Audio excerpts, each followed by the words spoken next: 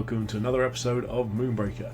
In today's episode we're going to go back to a list we looked at a couple of weeks ago, I think it was, and we're going to look at the Furia Combo list. So this is to use the Furia Combo, and it's basically Furia. The way it works is it starts with 3 attack.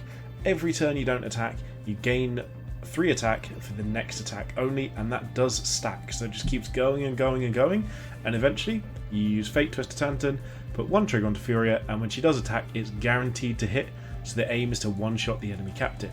Now we've gone for a few sort of defensive plays in the first place. Maximus and Deadeye, pretty much in every single list if you're playing reasonably competitively, so that's why we've gone for those early on. We've got Broken Vengeance for the same reasons, and then a bit of defensive options here, so we've got both Aria and Hit and Run just for objective play, trying to sort of get that good position as of when we need it. Teutonia and Turncoat is just extra resources to be able to stay defensive and still make these moves, and Beatrice is just a big front line as well. The reason we picked Xuna is we've got Dardo, who can restore health to Furia every turn, or maybe something like Beatrice if she needs to be at the front taking the brunt of the damage, and we can protect our units as well with the obscuring. So I think this is a really fun list. I'm hoping it works. I'm hoping it works out well, because I really do love it when you get to pull off the combo, and hopefully we can have a bit of fun with that. So if you enjoy this video, don't forget to like, comment, subscribe, join us on the Patreon. Anything you can do to support the channel is really appreciated. The subscribers are going great. I cannot tell you how much it means to me, all the support that's coming through, so thank you everyone for that. But for now, I'll see you once we're in game. Okay, we have found ourselves a game. We're against... Ooh. What the Pompon? I don't know. What the Pompon is what I'm going to assume it is. I'm trying to think of what that could also be. Is there anything like spelled backwards? But not that I can tell. So that's who we're against. We're against a level 3 opponent, and I've already forgotten what the matchup is. I was like Gardener Joe. Oh, awesome. Joe's just a really interesting unit to play against, because it's just got some really intricate play styles and figuring out what you want to do with the plants and that sort of thing, so I quite like that.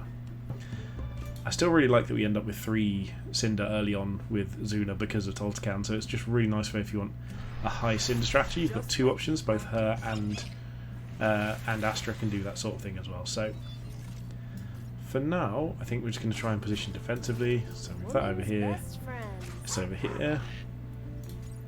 We'll pop Dardo down. Mahan. Just going to go here because that should deploy and cover both of these from Deadeye.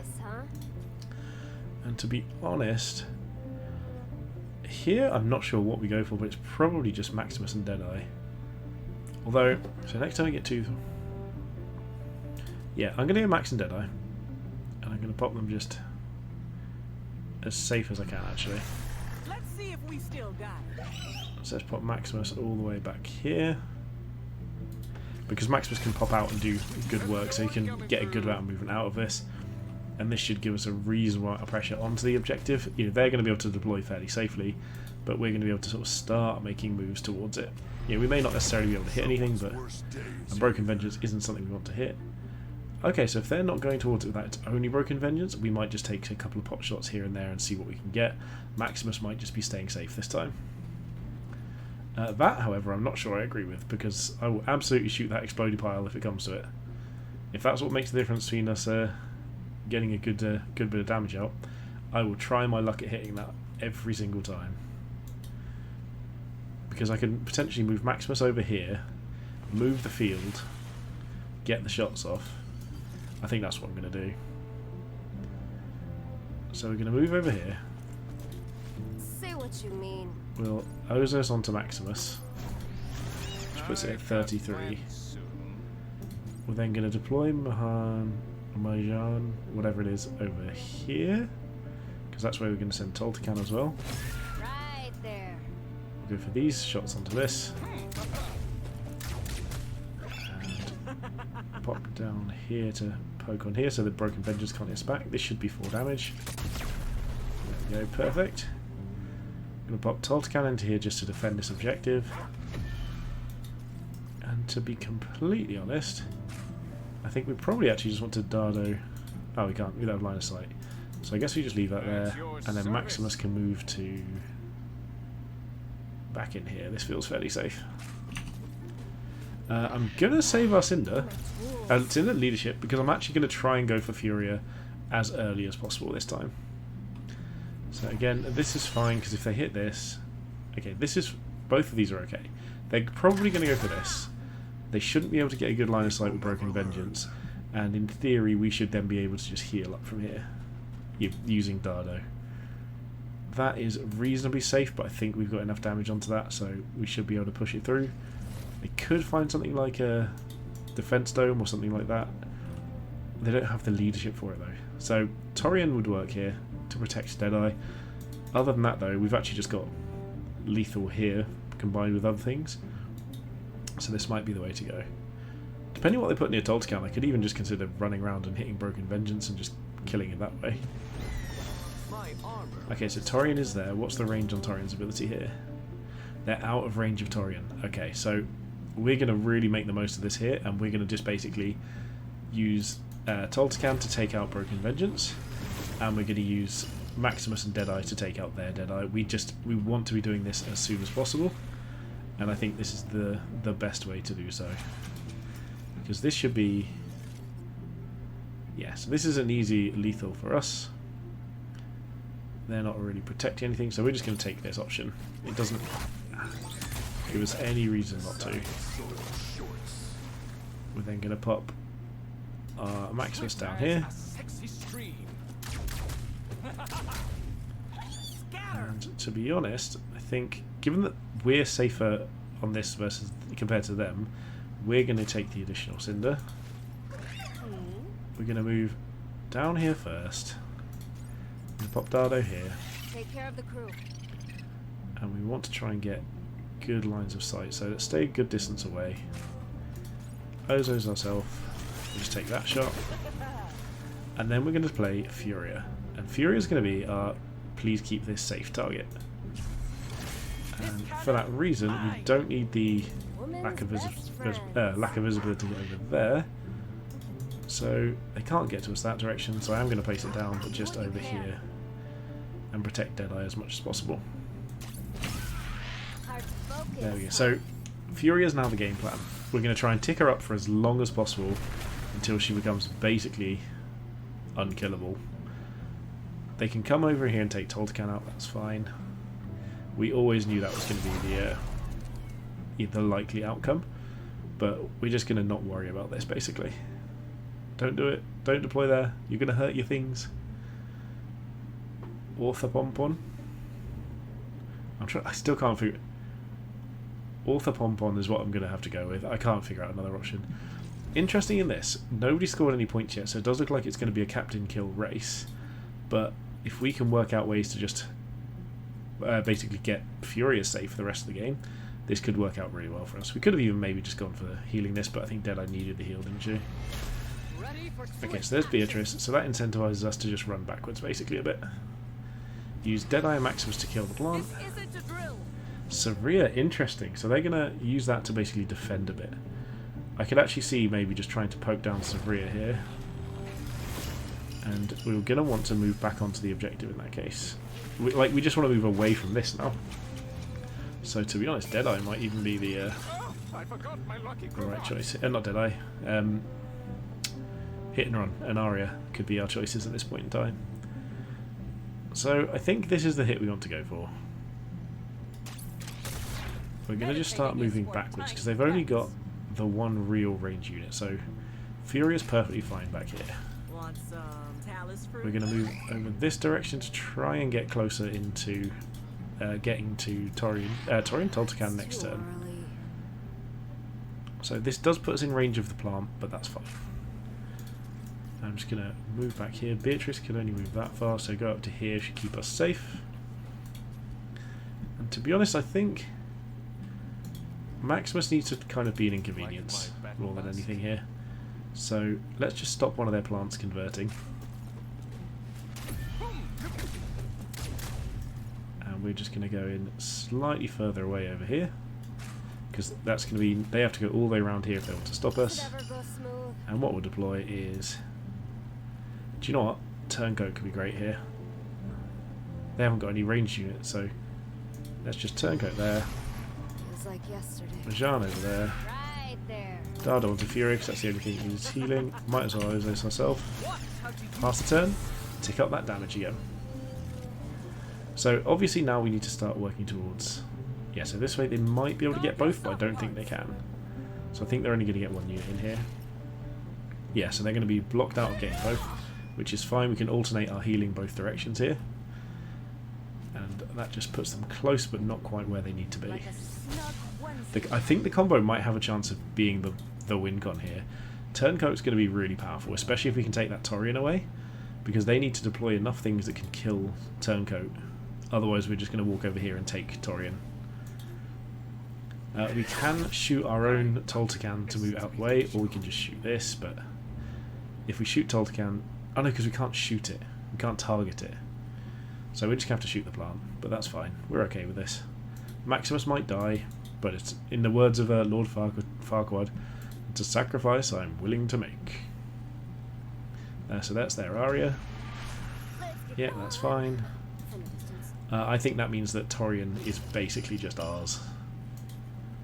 I don't think there's much else to do. If they're going to deploy another plant, we can just use Maximus to annoy this objective and just poke in a little bit. Don't do it there, you're going to hurt things. Okay, good. And I think we're on board with the game plan now. Okay, so most importantly is getting into range for this. I can see us being close. So we're going to go for stealing that. We can then run away, which is perfect. So we'll just run to be honest, back over here makes it really hard for them to do much. We can try and block them in slightly, because we've already got a unit on the objective. We're going to just bring ourselves down here. In fact, what we're going to do first is deploy Fate Twister Tanton over here, because we are going to need that. And I think it makes most sense here to just start continuing to damage Sabria and just moving away, so they can't get both in very easily. Again, pop this on ourselves. Fine. I'm fine. And we want to make sure that Furia is going to have accuracy when we need it, but for now we just want to get safe. So this is just going to be deploying Majan wherever we need it, and I think in this case it's going to be here. And the same with Dardo. Make it harder for them to work their way through, and we just move into range to heal Toltecan back up. Okay. Oh, we're not quite in. I was looking at the wrong circle. So they've got their little fortress over here. We've got our positioning over here. Arya is inconvenient, but she's at best going to deal some damage here. If they don't kill one of our units, all we do is hold Torian down.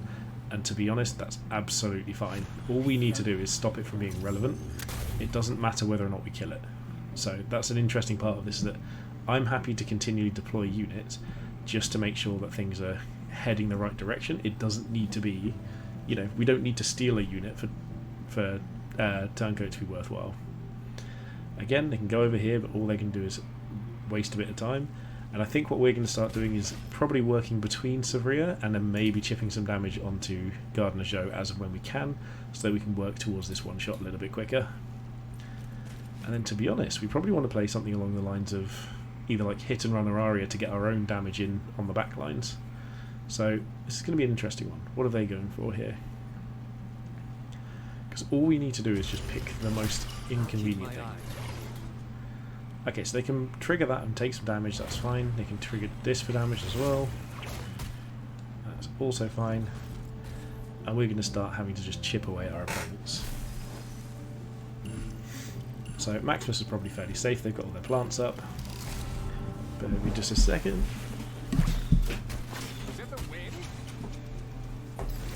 Sorry, I thought I might have had to let someone in the house then, but no, we're all good. Okay, so we're going to Season of the Hunt over here and just get that protection going. We get Deadeye, can just pop over here. To be honest, we've got loads of spare tinder, so we can just start shooting Joe. I don't think we're going to take that much damage from the enemy here before we can actually just like win the game. So if we Dardo here and just come over, we can just get some damage in, And we're going to hide behind here. We should now be in range of that. We're also just going to use this to lock that in place. We've already used Tantan's ability, so Tantan's going to come up and start getting ready to rumble. I'll control And your so is Furia for when she's ready to go. It's only Always complicated. Turncoat here, but we're fine with Turncoat. We've got Toltecan back. This is looking fairly well controlled. We've got 15 damage next turn on Furia, and she's got the buff where she's guaranteed to hit. So if we get in just a little bit more, we need 6 more damage onto the enemy captain. So I'm putting ourselves in a risky spot here, because I really feel confident that we can get this. We've got potentially 4 damage here. We can start turning off things using Fate Twister Tantan. Yep, so there is a world where they can do this. But this is absolutely fine if they do. Like, that's the point of this is it doesn't matter if this dies, because we've just inconvenienced them for a turn. Now we've got space to deploy more units. Now we can deploy something like Hit and Run or Aria, get that extra damage onto their captain, and this will really help us finish things off as soon as we can do. So I think this is heading in our favour, but it's not guaranteed. However, I think we're very close. If they go for Toltecan, that's also fine. They could, yeah, obviously hit and we don't hit back. That's the way it goes, but I'm alright with that. Yeah, okay, so there we go. They've got the guaranteed kill onto it, but he comes back next turn anyway. Why, of course. So take this, yeah. And then we can work onto our next turn. We can start using this to make things unable to attack anyway. So we're going to use this on probably Torian. Ooh, interesting. Okay, so now that does give me reason to think it might be worth playing a little bit defensive, but I'm not too worried. So first things first, we just take these shots here. That's all fine by me. Toltecan probably just is fine just trying to hold and contest this objective a little bit, or we could just poke Aria. Let's just poke Aria. She's inconvenient at the best of times. Deadeye is going to Ozos herself and try and move somewhere we can get 100% onto the enemy captain. watch how to use this. Fury is just going to move up a little bit.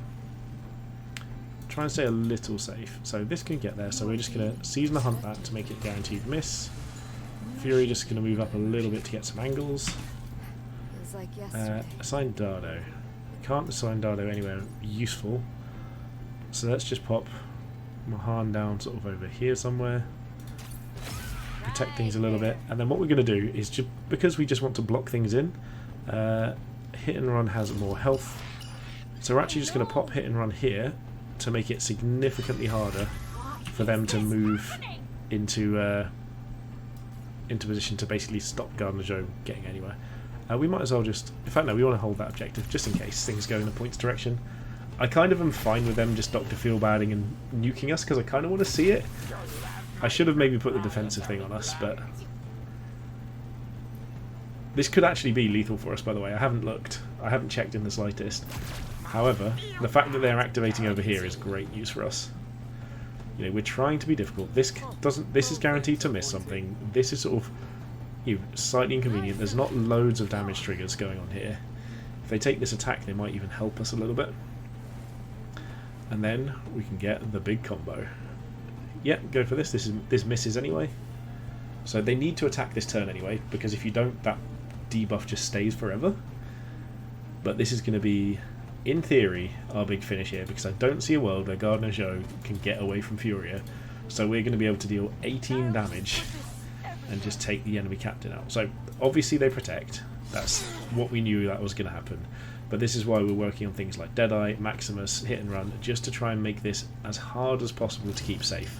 So I wasn't just ignoring Sevria. I was well aware of that coming, but this is one of the reasons I've healed Maximus and put him around the back, because it matters a lot more that he can just get in 1 damage onto this, ignore any debuffs, and then we just end the game from the big shot.